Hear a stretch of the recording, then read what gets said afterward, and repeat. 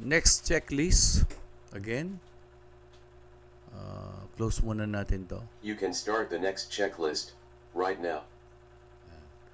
0 or nothing available, but this time the C, bunker LSF or low sulfur fuel oil. Heavy fuel oil intake valve should be open. Confirm ang alarm. So buksan daw natin ito again, intake valve. Fuel intake filter outlet valve should be open.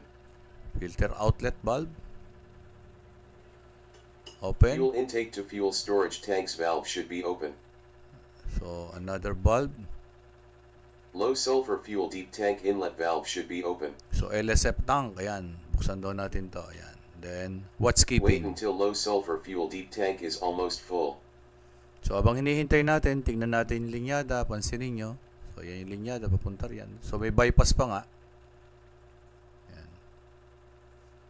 So nakakonekta rito, ibig sabihin kaya nakakonekta yan, no? Nakadugtong.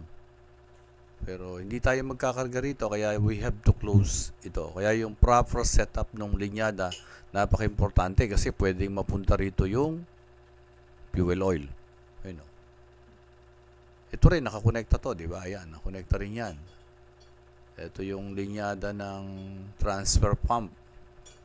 So, ayan. So, di tayo magkakarga dyan. Ayan.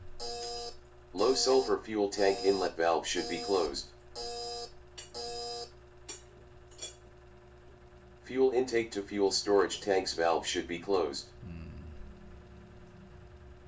Yun, sara.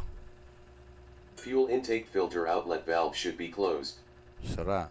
Heavy fuel oil intake valve should be closed. Yun, sara. Okay. Now, press close checklist button to close the checklist window. So, basta yun ang iingatan natin, yung maalarmahan tayo na ganyan. Kasi delikado yan dahil fuel oil yan. So, idagdag pa natin, basta makita nyo yung line na gano'n, nakadugtong yon. Pero yun, parang tumagos, di ba? Hindi yan nakadugtong.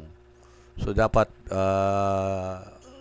bilang engineer, kung magiging engineer nga, kailangan magaling din tayo magbasa ng mga linyada na yan. Kasi that will determine kung paano natin ma-set up ng maayos yung mga barbula at saka linyada kung saan natin gustong pumunta yung ikakarga natin. But this time, katulad nito, low sulfur fuel oil, baka maikarga natin dito. Hindi pwede.